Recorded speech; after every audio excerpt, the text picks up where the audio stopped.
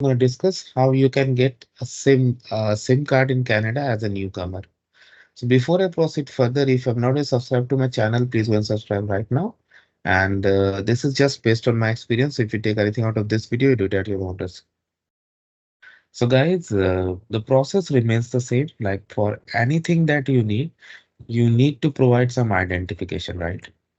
So when you land in Canada, okay, if you want to get a physical SIM card, because nowadays a lot of companies offer eSIM card as well.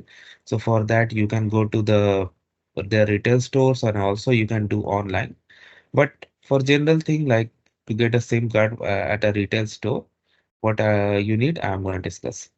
So when you land, let's say at Pearson, so at Pearson itself, you will see some major mobile companies like Rogers have set up their kiosks just outside arrival. So you can get a SIM card there itself, or else wherever you go, there are so many stores where you can go and get because not every provider has their store. So second question comes, what documents you need? So when I had come back in 2012 or 2015, I was not a permanent resident. I was a work permit holder, right? So I had just gone with my passport and work permit, and they had seen that, and they took some information out of it.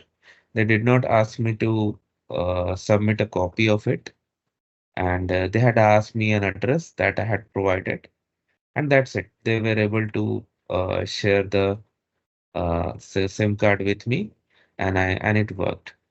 So some of you may have a question that does this still apply? Like, let's say you come to Canada as a tourist, okay? So definitely you will not have your study permit, work permit. You may just have your passport and a tourist visa stamped, right? Sometimes not even that if you are coming from a non-visa required country. So for that, what I'm gonna do, let me share this with you guys.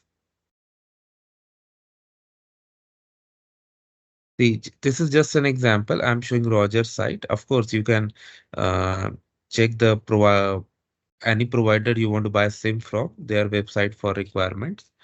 See, like newcomer plans, I am seeing like 5G mobile 75.